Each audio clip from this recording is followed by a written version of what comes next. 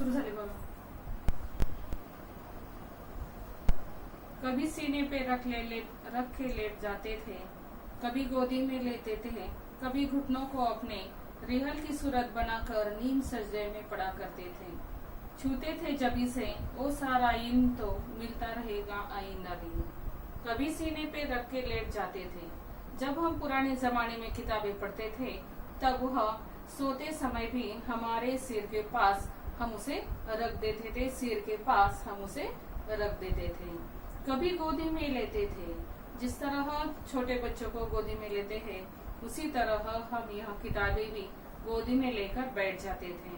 कभी घुटनों को रिहल की सूरत बनाकर, रिहल जिस पर हम ग्रंथ रखकर पढ़ते हैं, इसी तरह का रिहल वो होता है और उस पर हम यह किताबें रख देते थे. नीम सजदे में पढ़ा करते थे. नीम सजदा यानी नीम के पेड़ के नीचे बैठकर भी हम उसे पढ़ते थे.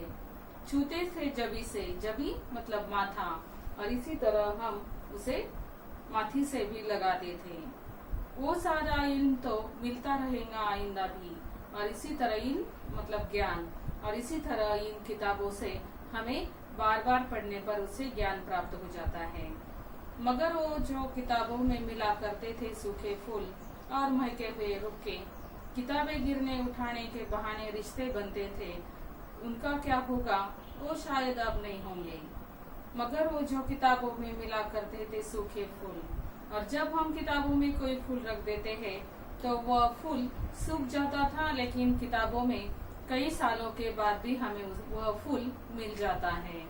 और महके हुए रुक्के मतलब संदेश पत्र अथवा चिट्ठी, अगर कोई किताबों में हम उसे रख देते हैं तो बहुत सालों के बाद हम अगर उसे देखते हैं तो वह हमें मिल जाता है.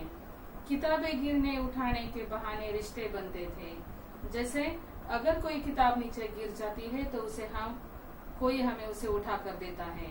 इसी तरह के उन किताबों के कारण भी रिश्ते बन जाते थे. उनका क्या होगा वो शायद अब नहीं होंगे. और इसी तरह कंप्यूटर के कारण यह जो रिश्ते हैं वह बनते नहीं, तो पुस्तकों के प्रति लोगों की अरुचि बढ़ जाती है, उसे लोग पढ़ते नहीं और अरुचि जो है वह बढ़ती है.